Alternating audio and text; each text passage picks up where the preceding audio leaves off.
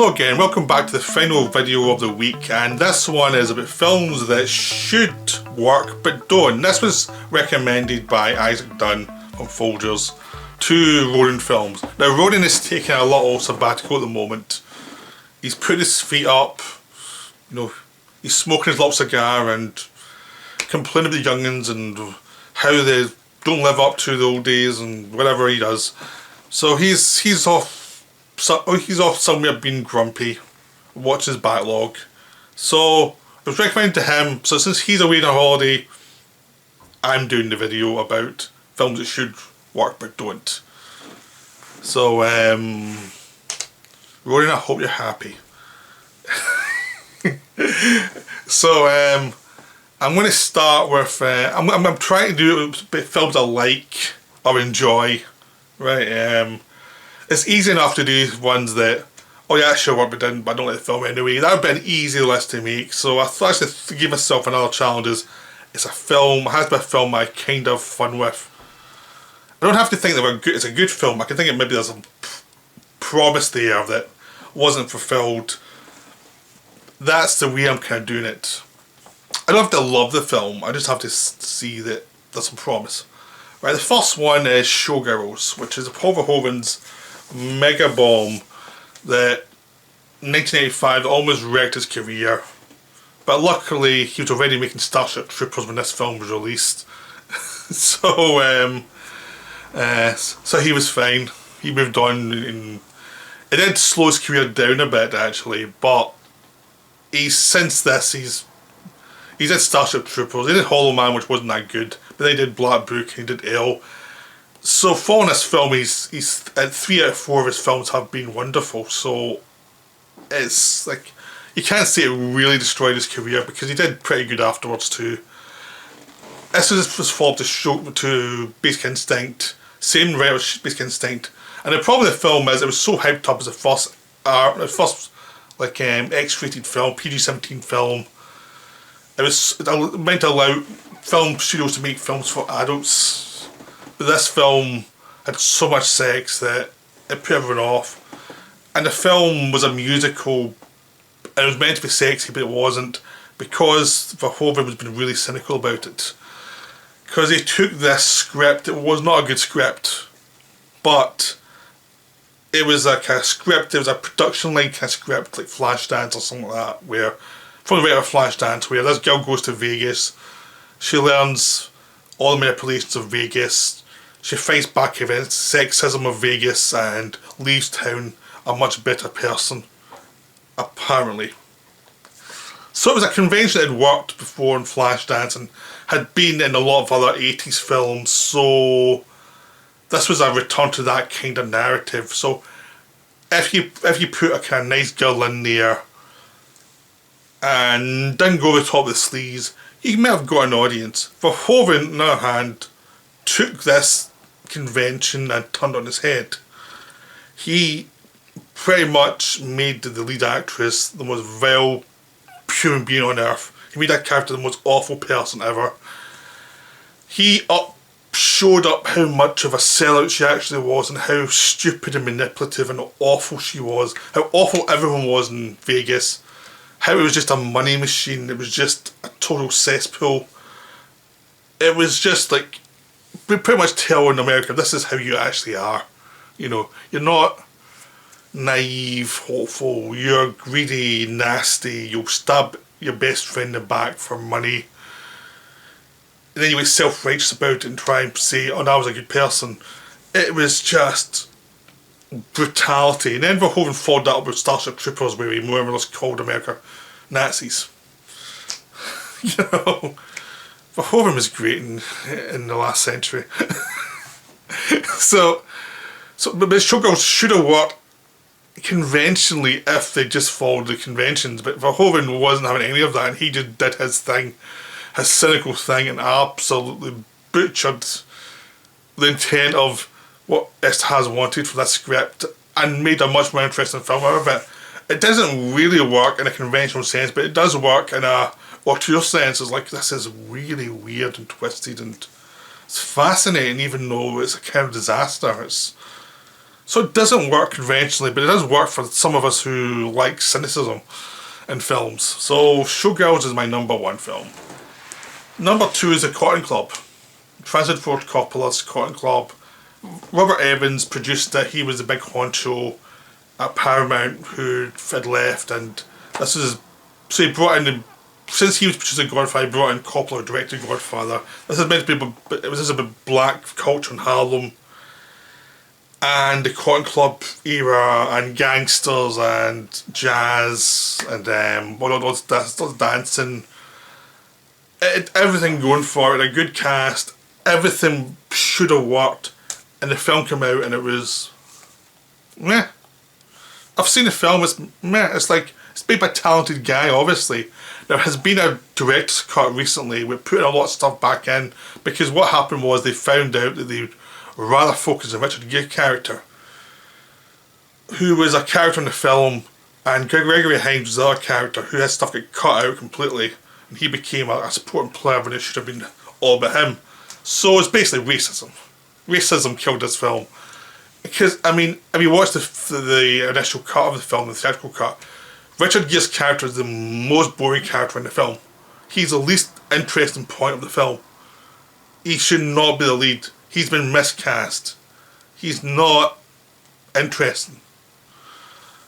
Now, I'm not sure if that was Gere and Coppola not getting on, or the script not being right, but the character just didn't work, like, at all. I'm not sure, maybe if there's I still need to see the director's cut. Maybe there was interactions that would have made the character more interesting, but I've heard even in director's cut the character still sticks out as the problem. And it's just like that thing where you miscast the lead actor and you take away the interesting part of the story and you create this film that should have been gangbusters. It's about a fascinating subject that most people would have been really interested in seeing, and you got it. So that should have worked, it didn't. So there you go. Okay, next is Death and the Maiden. This is Roman Polanski's film from the early 90s. Stars Ben Kingsley, Sigourney Weaver, and it's about this idea of a woman who was tortured in South America, and years later finds herself in the same room as someone whose voice she recognises as her torturer. She kidnaps him and starts to torture him to get him to confess. And the whole idea is, will the confession be valid because it's done under torture? Has she gone mad and assumed it's someone else who sounds like the person who tortured her, or is he the actual torturer? Doesn't that sound fascinating? Especially with Polanski, who's great at perversion, great at weirdness. And the film is, I've seen the film and I've forgotten it. And that's weird for Polanski. It's like, it's very forgettable. It's still a good film though, but it doesn't work. It doesn't have the horror that you need. I mean, it doesn't have the horror you got in The Pianist. You'd think of Polanski, a man who lived through the Holocaust, would have got the horror and would have really made it work. And it's just not there. It's just, the film just sits there. It's just this film that goes from A to B, kind of works, but it's not great. And it's just weird. That's a weird thing that should work but doesn't. So there you go. That's Death and the Maiden. Now we have Ishtar. Number 4 is Ishtar, the Elaine May film that starred Warren Beatty and Dustin Hoffman, and had a lot of money spent on it. And Elaine May had done a lot of films that were well respected, so she was a well respected director and writer. So this was not someone getting thrown into a mega budget situation who had no experience and no talent. She had a lot of talent. She had Dustin Hoffman and Warren Beatty behind her, a mega budget, and what they did was similar to what happened in Hudson Hawk later, where they took what could have been a mainstream film, a Hope and Crosby type of story from the 40s, and tried to update it and created a cult film that was, the jokes were just for a small audience and they didn't really hit the mainstream at all. Like, they made the two lead characters incompetent for most of the film and everyone else knows more than they do. they made Dustin Hoffman a womanizer and Warren Beatty the person who was unsure of himself. But it's just went against audience expectations, and not in a good way, because it created this problem in the film where you kind of wanted the more conventional version of it, because this other version was weird and interesting, but it didn't really work. You know, it's just this thing that is trying to be unconventional to say it's unconventional, but doesn't actually help the film at all. When you have a lot of action stuff that feels disconnected from everything else. You've a score that's kind of funny because the songs are intentionally not that great because they've been written by people who are not great writers. And it's really funny in a weird way, but it's also very culty, and it doesn't really work for the mainstream, and that's why it doesn't work, but it's kind of interesting though. So that's number 4, that's Ishtar. Right, number 5 is the BFG, Spielberg's BFG. This is a film that was made, I think it was 2014-15. It was one of Spielberg's films he was making. He made tons of films at the same time, it seemed. And he made this one, adaptation of Roald Dahl story, by the writer of E.T. So everyone thought it was the entire team behind E.T. and it was about a little girl with her big friendly monster. Instead of a little friendly monster in E.T., it was a big friendly monster. And it bombed horribly. And you can see why we saw the film. I like this film a lot. But it doesn't work for most people. Most people think it's a bomb. Most people think what was he thinking? Because it is in love, because it's set in Britain and it is in love with the British culture in a way that doesn't transfer over. And it has stuff with the Queen and everything else, and a view of Britain that's very old fashioned and doesn't really transfer over to the modern world. And it has all these giants and try to deal with these giants and they're out of control, and it's a very nostalgic film, but also it's stated that special effects, and it goes on for way too long. It's like half an hour too long. But it's not a culty film. It's not a culty weird film like Ishtar that it's like, didn't anyone read this script and see like, this is not going to work. The thing you're proposing isn't going to connect at all. No, instead they actually put tons of money in this film. It bombed. And I was like, what happened? It was Spielberg and it was a writer of E.T. I was like, yeah, but they were making a weird film. Again, that's one of the ones I like. But it didn't work for the main audience. There you go. Okay, next up is 1492, Conquest of Paradise. This is a Ridley Scott film. And this was starred Gerard Depardieu, and it was about Christopher Columbus discovered America. It came out in 1992 for the 500th year anniversary of the event. It was rushed out to get that date.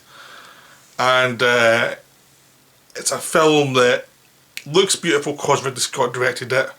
Has lots of cool ideas. Like, it shows you like the Spanish Inquisition, how difficult it was, how superstitious and how much maniacs they were in Spain at the time, and how difficult it was to fund this voyage, to make the voyage, or try to find a route to India to try and, you know, have higher profits basically and avoid certain routes, because Columbus thinks the world was round and other people thought he was mad. All this sounds fascinating, and it is, but the film then, that's the first 40 minutes of the film. Then the film goes on and on, and it shows you Columbus going back and becoming the person in charge of the colonies and the disaster of the colonies and how incompetent he is, and it just has to meander really badly. And it gets violent and like sickeningly violent because you have no real interest in it. It's just like, this happened. Michael Wincott shows up as one of the villains. And it just falls to bits because it's half an hour too long, or it's too short, or something, but it's not the right length. It's either it needed more depth, it needed more details about the failures, or it needed to be shortened down. But it needed something. And it also is a film without much of a centre, because it showed Columbus as this idealist, and Columbus wasn't an idealist. The more you know about him, the more you know he was greedy as anyone else. He may have thought the world was round, but he was incompetent in lots of other ways, and he was greedy for a lot of other ways, and this film kind of whitewashes some of his bigger sins. So you can always feel that in the film as well. It's like, it's not been truthful about Columbus and what he was. It doesn't mean you have to say he was a total bastard. You don't have to do that either. You can see he's complicated. But this one, he's a big teddy bear from Depardieu, and it's not satisfying. And the interactions in the second half are not satisfying. And no matter how much visual sense I've got, it's unsatisfying. But kind of interesting. So it's another interesting mess. Speaking of which, Live by Night. This is a Ben Affleck movie that came out a couple of years ago and got hammered. And I really like the film. But it is a film that's obviously a longer film and cut down. It's like 2 hours 20 and it should be 3 hours, and you can feel it in the film because it's going at a certain pace and it has to jump forward to cut out scenes to get to the next bit and the next bit. So you've got like a bunch of scenes that are paced very deliberately, and then you have a bunch of scenes that are really quick and have been cut together and you feel you've lost half the scene somewhere.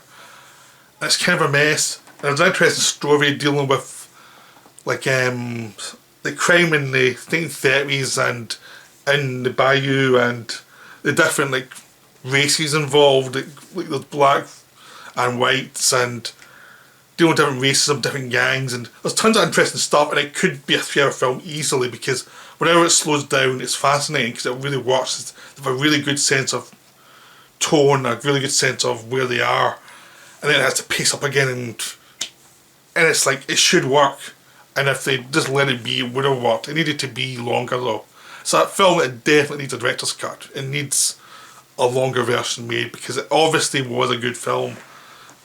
And it just didn't get the... Like, a lot of the stuff that should have massive impact didn't have impact because you'd gone too quick. And it's a real shame because obviously there's a lot of love put in this film. They obviously cared about this film. The people making it cared. Which is a shame when you see it's been butchered. So that's another one that should have worked but didn't. And this was a case of studio, very obviously. Okay, now we have Jupiter Ascending. This is the Wachowskis. And now this should have worked because there's a lot of talented people in front and behind the camera. The Wachowskis were behind it. They had a mega budget. They had Warner Bros. Studio behind them. They had a couple of big stars. Not the best of actors, but good big stars. And they even had Sean Bean in it and didn't kill him. I mean, that's unusual. And there were lots of ideas, and they've got all these weird performances. Eddie Redmayne is notorious for his villain, who whispers then yells and whispers and yells. And actually, all the villains in this film are good. The villains are fun. It's the heroes are a bit boring. Like, they've been miscast. That's a problem where you're feeling they've cast the wrong people in this film. And the film feels like the script hasn't been finished before they started shooting. And like everything, because the Wachowskis made this just after Cloud Atlas, before Sense8. And you're feeling this is the film they had to make between the two projects they really liked. And then to do this one in the middle, and it had to be rushed. And it just feels rushed. And no matter how beautiful it all looks, like some of the action scenes feel like they haven't been thought out to be really unique. When you look at the Matrix movies, even the weaker ones, the action's very good. Like, they planned the action out really well. And this one you don't really feel that. And the visuals are terrific, but everything's undercooked and it goes from one place to the other. And the lead actor, Mila Kunis, has a part that actually doesn't help because she's basically the damsel in distress for the whole movie and she never seems to learn anything. Or was that cut out? I don't know what. It just feels like it wasn't finished, like it was a first draft and they were shooting it and then they had to go back and reshoot stuff to, you know, make sense of certain things and cut things down, and a lot get lost, and it was just a mess. But it's an interesting mess. I like it. Visually it's really interesting. There's a lot of ideas about slavery and genetics and power, and it's very much a metaphor for colonisation and what happened in the British Empire in the past, any kind of empire, how it deals with things. So it's a interesting film, it's just a mess.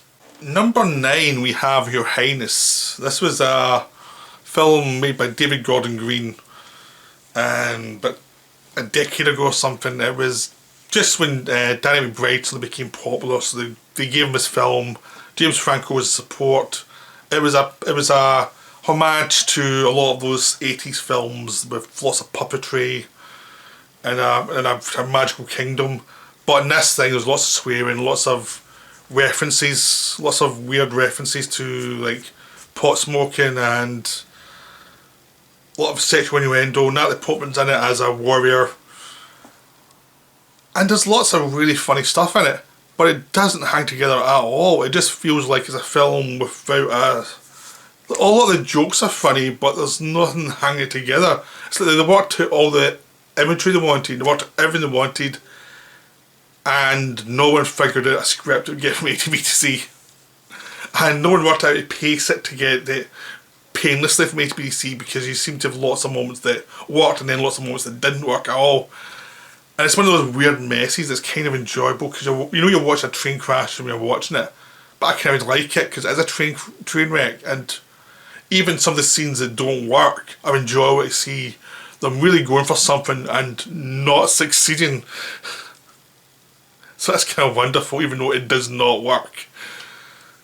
But it should have, because there's a lot of talent involved in it, and the idea was solid. It just needed more work as a script before they moved. So that was films that, a lot of these films, the downfall with scripts where they had an idea that was good, but it wasn't quite developed right. Or needed something for them to say, what are you doing? Like, really, what are you doing? That's how most of these films needed somebody to say, what the hell are you doing? Finally, the final one is Tomorrowland. Number 10 is Tomorrowland. This is Brad Bird. It's this film he made after Mission Impossible Ghost Protocol, and after he made the Incredibles movies and all those big animation hits. This is when he was like, okay, he can do no wrong. Just give him tons of money to do whatever he wants. And I really like this film. Again, I really like it. But it's weird. It's... George Clooney's in it. And he's actually fairly restrained, and they managed to make him be not that smug, which is quite an achievement with Clooney these days. And...